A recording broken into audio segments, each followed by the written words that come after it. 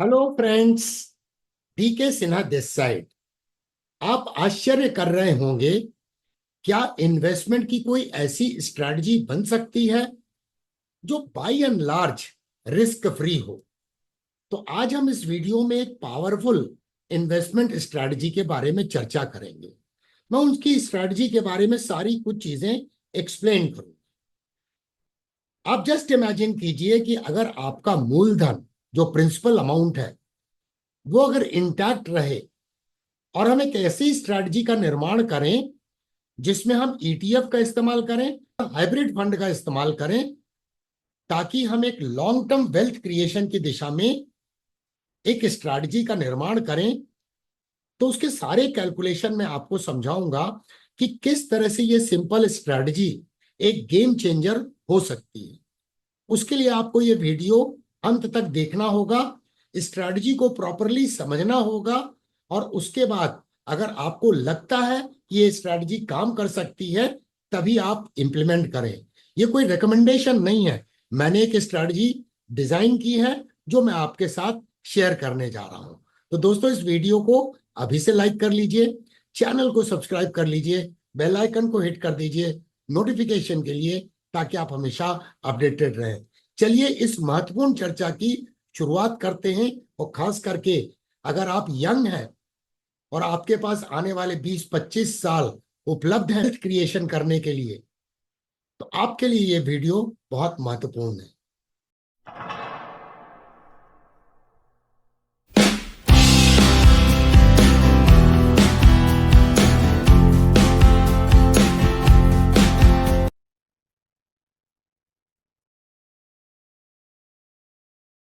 सबसे पहले मैं इस स्ट्रैटेजी का जो इन्वेस्टमेंट स्ट्रैटेजी है इसका एक ओवरव्यू देना चाहूंगा ताकि आपको समझने में आसानी हो। तो सबसे पहले हम इसमें ईटीएफ का इस्तेमाल करेंगे, एक्सचेंज ट्रेडेड फंड। और वो ईटीएफ कौन सा होगा? वो निफ्टी नेक्स्ट 50, जैसे जूनियर निफ्टी के नाम से भी हम जानते हैं, उसका हम इस्तेमाल करेंगे, क्योंकि बाय एंड लार्ज ये निफ्टी 50 को आउट परफॉर्म करता है हिस्टोरिकली अगर देखें तो। इसके बाद हम एक सेलेक्ट करेंगे हाइब्रिड फंड को, और वो भी कंजर्वेटिव हाइब्रिड फंड को, क्योंकि हमारा मूल उद्देश्य जो है वो अपने कैपिटल को प्रिजर्व करते हुए वेल्थ को क्रिएट करना। और हम अज्यूम कर रहे हैं कि इनिशियल इन्वेस्टमेंट जो होगा वो 10 लाख रुपए का होगा। इस पे आधार पर हम एग्जाम्पल को आपको देंगे जब स्ट्रैटेजी की चर्चा करें। और इसका ऑब्जेक्टिव क्या है कि लॉन्ग टर्म वेल्थ क्रिएशन करना, रिस्क ना के बराबर लेते हुए, ये इसका उद्देश्य है। और उसके बाद साथ में इंपॉर्टेंट है कि हम रिस्क को मिटिगेट करें और इस तरह से टाइमिंग करें इन्वेस्टमेंट की, ताकि हमारा ग्रोथ जो है वो इन्वेस्टमेंट का बेहतर हो। तो चलिए एक एक करके इन टॉपिक के ऊपर में चर्चा करते हैं कि किस तरह से हम एक स्ट्रैटेजी बना सकते हैं, और वो सारे कैलकुलेशन करके मैं दिखाऊंगा। तो इसलिए अंत तक देखिएगा। अगर आपको ये स्ट्रैटेजी पसंद आती है तो इस वीडियो के कमेंट सेक्शन में आपके कमेंट्स चाहूंगा, और साथ में चाहूंगा कि आप इसे अधिक से अधिक लोगों के बीच में शेयर करें, ताकि दूसरे लोगों को भी इसका लाभ पहुंच सके। पहली स्टेप होगी कि अब एक हाइब्रिड फंड को हम सेलेक्ट करें। तो हमने कोटक डेट हाइब्रिड फंड को सेलेक्ट किया, डायरेक्ट प्लान ग्रोथ को। ये प्लान मैंने क्यों सेलेक्ट किया है? क्योंकि ये कैटेगरी में इसका एक्सपेंस रेशियो जो है वो 0.49% है, और जबकि कैटेगरी का जो एवरेज है वो 0.85% है। तो एक्सपेंस रेशियो कम है। साथ में क्रिसल ने इसको रेट किया है 5 स्टार। तो अमंग द पियर्स ये one of the top performing fund. साथ में अगर हम बात करें तो फंड साइज भी ठीक है, 2677 करोड़ का ये फंड का साइज है। अब ये कंजर्वेटिव फंड, कंजर्वेटिव फंड की कैटेगरी में आता है। ये देखिए कैटेगरी लिखी है conservative hybrid fund. Conservative fund में नॉर्मली 25% केवल इक्विटी एक्सपोजर होता है, और 75% करीब डेट फंड का एक्सपोजर होता है। तो ये कंपैरेटिवली काफी कम रिस्की होते हैं। अब यहां देखिए इस फंड का परफॉर्मेंस अगर देखें तो इस स्कीम ने पिछले एक साल में 19.47% का रिटर्न दिया है, जबकि कैटेगरी का एवरेज है 15.19%। करीब 4% से इसने आउट परफॉर्म किया है कैटेगरी से। तो ये एक इंपॉर्टेंट फंड हो गया। साथ में अगर हम बात करें तो फर्दर ये लेस रिस्की क्यों है, इसमें करेंटली जो टोटल एक्सपोजर है 24.77% का इक्विटी एक्सपोजर है, और बाकी आप देखें इसमें तो लार्ज कैप का टोटल इक्विटी एक्सपोजर में 16.65% लार्ज कैप का एक्सपोजर है, 2.16% मिड कैप का है, और 2.57% स्मॉल कैप स्टॉक्स का है। इसका मतलब क्या हुआ दोस्तों कि इसमें सबसे बेहतरीन चीज यह है कि यहां पर जो एक्सपोजर है इक्विटी में वो लार्ज कैप में ज्यादा है। तो वैसे भी कंपैरेटिवली इक्विटी एक्सपोजर एक तो लेस देन 25% है और लार्ज कैप में है तो वो सेफर हो जाता है। इसके बाद डेट में एक्सपोजर 56.87% गवर्नमेंट सिक्योरिटीज में है, 13.9% लो रिस्क वाले सिक्योरिटीज में इन्वेस्टमेंट है। तो इसका मिक्स अच्छा नजर आ रहा है और आउट परफॉर्म कर रहा है ये फंड। अब इसके रिटर्न को देखें, हिस्टोरिकल रिटर्न को, तो यहां पर पिछले एक साल में इसने एनुअलाइज रिटर्न दिया है 19.47% का, 2 साल का एवरेज है 15.15% का, 12.818% है 3 इयर्स का, 5 इयर्स का है 13.84%, 10 इयर्स का है 11.56%। तो इसका हम वेटेड एवरेज निकाल सकते हैं अपने को प्लान करने की। तो पहली स्टेप क्या होगी कि इस फंड में 10 लाख रुपए हमें पार्क करने हैं, जो हम स्ट्रैटेजी अब डिस्कस कर रहे हैं और एग्जांपल दे रहे हैं। तो 10 लाख रुपए हमें इस स्कीम में पार्क करने हैं। और आपको आइडिया होगा कि एक प्रोविजन होता है SWP। SWP मतलब सिस्टमैटिक विड्रॉल प्लान। अब सिस्टमैटिक विड्रॉल प्लान की हम फ्रीक्वेंसी सेट कर सकते हैं, मंथली, क्वार्टरली, या हाफ ईयरली, या एनुअली। तो हम इसमें सजेस्ट करेंगे कि इसमें हमारी फ्रीक्वेंसी रहेगी 6 मंथली। ठीक है, 6 मंथली, ताकि इस फंड को भी मौका लगे ग्रो करने। तो 6 मंथ्स में हम सेटअप करेंगे सिस्टमैटिक विड्रॉल प्लान। अब 6 महीने मैंने क्यों बोला, तो अभी फर्दर जब मैं आपको स्ट्रेटजी समझाऊंगा तो आपको इसकी क्लैरिटी आ जाएगी। चलिए अब समझते हैं ETF के बारे में। निफ्टी नेक्स्ट 50, या जिसे जूनियर निफ्टी भी बोलते हैं, उसमें हम कैसे स्ट्रेटजी को बनाएंगे। अब समझते हैं कि ETF में इन्वेस्टमेंट की स्ट्रेटजी क्या होगी। तो ये निफ्टी 50 इंडेक्स, जो निफ्टी 50 नेक्स्ट इंडेक्स है, जैसे जूनियर निफ्टी भी बोलते हैं, इसका मंथली प्राइस चार्ट। तो इस मंथली प्राइस चार्ट में हमें क्या करना है कि जब भी करेक्शन हो के कोई कैंडल अगर EMA 21 के नीचे में क्लोज हो जाए, ये ग्रीन कलर की लाइन EMA 21 है, तो उसके नीचे में जिस महीने में क्लोज हो जाए तो उसके next first of the next month हम उसमें ETF में निवेश करें। और पैसा कहां से आ रहा है, जो हाइब्रिड फंड में हमने इन्वेस्टमेंट किया है पैसा वहां से आ रहा है। तो देखिए ये कंडीशन कहां मिली, यहां पे जाके कंडीशन मिली, यहां पे तो क्लोजिंग नहीं हुई थी इसलिए कंडीशन यहां पर मिली। उसके बाद फिर कंडीशन कहां मिली, उसके बाद रिकवर होके प्राइस ऊपर चली गई, और फिर यहां पर देखिए कंडीशन यहां पे इमर्ज हुई। इसके बाद प्राइस ऊपर गई, फिर कंडीशन यहां पे बनी। तो ये इस अंतराल पे जब भी ऐसा होगा कि निफ्टी नेक्स्ट 50 EMA 21 के नीचे मंथली चार्ट में क्लोज हो जाता है, तो वो हमारा इन्वेस्टमेंट उस समय पे ट्रिगर हो जाए।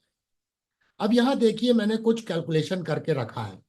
फॉर एग्जाम्पल हमने हाइब्रिड फंड में यहां पर इन्वेस्ट किए, ठीक है, और यहां पे इन्वेस्ट करने के बाद निफ्टी ऊपर जाता रहा, तो यह पहली बार ETF बाई करने का मौका मिला। कब मिला, हमारे हाइब्रिड फंड में निवेश करने के 22 महीने के बाद। उसके बाद सेकंड मौका कब मिला? 10 महीने के बाद। फिर उसके बाद 5 महीने के बाद मौका मिला। फिर 15 महीने के बाद मौका मिला। फिर उसके बाद यहाँ मौका मिला 30 महीने के बाद। फिर यहाँ पर 21 महीने के बाद। फिर 17 महीने के बाद। तो आप देख रहे हैं कि ये मौके समय समय पे कम आएंगे, और जब वो मौके आते हैं तो वैल्यू बाइंग की एक अपॉर्चुनिटी मिलती है। यहाँ पर, यहाँ देखिए मौका आया 28 मंथ्स में, यहाँ मौका आया 8 मंथ्स में, फिर यहाँ मौका आया 18 मंथ्स में। और ये मौके कब आए? जब निफ्टी नेक्स्ट 50 इंडेक्स का मंथली चार्ट में क्लोजिंग हो गई EMA 21 के नीचे, यहां पर हुई क्लोजिंग, और इसके बाद रिकवर करके प्राइस ऊपर गई, और फिर करेक्शन में ये क्लोजिंग हुई। और इसके बाद देखिए अभी कोई भी ऐसा मौका नहीं लगा। तो ये हमारी इन्वेस्टमेंट स्ट्रेटजी है। अब हमने क्या बोला था कि SWP जो सिस्टमैटिक विड्रॉल प्लान है 6 मंथ्स में सेटअप करना। तो या तो आप 6 मंथ्स में सेटअप करें, और या फिर दूसरी स्ट्रेटजी हो सकती है कि जिस महीने में कैंडल EMA 21 के नीचे आए, आप हर महीने आपको कितना पैसा जनरेट हो रहा है और कितने महीने हो चुके हैं। जैसे यहाँ 17 महीने हो गए हैं, तो 17 महीने के यूनिट को आपने लिक्विडेट कर दिया, जो भी आपको इंटरेस्ट से पैसा जनरेट हुआ है, और उसके बाद आपने 2-3 दिन के अंदर में आपके अकाउंट में पैसे आ जाएंगे और आप निवेश कर सकते हैं। और या फिर एनुअल सेटअप भी कर सकते हैं सिस्टमैटिक विड्रॉल को, लेकिन उस पैसे को आपको टच नहीं करना होगा। आगे देखते हैं कि किस तरह से अब जूनियर 20 के प्राइस चार्ट में चलते हैं। तो ये देखिए निपॉन इंडिया का ETF है जिसका नाम है जूनियर 20। ये जूनियर 20 का मंथली चार्ट है। तो देखिए यहां पर मौका मिला जब यूनिट 99.6 की थी। फिर यहां मौका मिला जब आपको 82.77 पे यूनिट मिली, फिर 94.11 पे, और इस तरह से आप इस प्रोसेस को फॉलो करते चले गए। चलिए अब आगे बढ़ते हैं और अब इस कैलकुलेशन को समझते हैं कि अगर हमने इस स्ट्रैटेजी को फॉलो किया होता तो किस तरह से वेल्थ क्रिएशन हो सकता है। दोस्तों वीडियो को लाइक करना नहीं भूलिएगा। चलिए अब इस इन्वेस्टमेंट स्ट्रैटेजी को कंप्लीटली कैलकुलेशन के साथ में समझते हैं। तो हमने तय किया था कि कोटक डेट हाइब्रिड फंड में, जो कि कंजर्वेटिव अलोकेशन वाला फंड है, उसमें हम इन्वेस्ट करेंगे। और हमने क्या चेक किया कि फर्स्ट ईयर में उसका रिटर्न है 19.47%, सेकेंड ईयर में 15.15%, थर्ड ईयर में 12.18%, एंड फिफ्थ ईयर में 5 ईयर में 13.84%, और 10 साल का एवरेज रिटर्न है 11.56%। तो अगर हम इन सभी रिटर्न्स का एक वेटेड एवरेज निकालें तो वो निकलता है 14.44%। तो अगर हमने 10 लाख रुपए इन्वेस्ट किए हैं, ये इन्वेस्टमेंट अमाउंट है, 10 लाख अगर इन्वेस्टमेंट किए हैं, तो एनुअल कितनी प्रॉफिट जनरेट होगा इस फंड के एलोकेशन से? 1,44,400 रुपीज अप्रोक्सीमेट जनरेट होगा। अब ये थोड़ा ऊपर या थोड़ा नीचे हो सकता है। इसका मतलब मंथली ये करीब 12,033.3 को जनरेट कर रहा है, तो इसे राउंड ऑफ करके 12,000 समझते हैं। अब इसमें जो SWP सेटअप करना है, अभी हमने देखा एग्जाम्पल में निफ्टी नेक्स्ट 50 के चार्ट पर कि सबसे अर्लीस्ट अपॉर्चुनिटी 5 मंथ्स में आई है, but majority of the opportunity जो है वो 12 मंथ्स या उसके ऊपर में आई है। तो हम चाहें तो SWP सेटअप ना करते हुए जब भी वो इवेंट हो निफ्टी नेक्स्ट 50 के चार्ट में, तब हम इसमें से उतने पैसे विड्रॉ कर सकते हैं, और फिर 2-3 दिन में तो अकाउंट में पैसे आ जाते हैं। तो ये डेट फंड से जो पैसे आएंगे उसको हम निफ्टी नेक्स्ट 50 में इन्वेस्ट कर सकते हैं।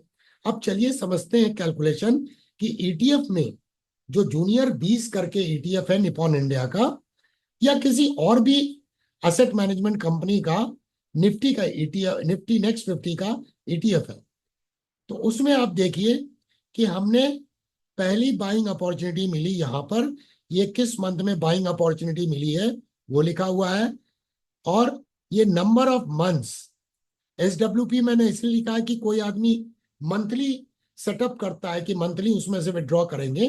बेहतर ये होगा कि 12 मंथ्स पे करें या जब जरूरत पड़े तब उसमें से विड्रॉ करें, ताकि उस फंड को भी ग्रो करने का और अधिक मौका मिलेगा। तो यहाँ देखिए पर मंथ हमें 12,000 रुपए की इनकम हो रही है। तो हमारा 22 महीने में पहली अपॉर्चुनिटी मिली, तो हमारे पास कैश हैंड है 2,64,000।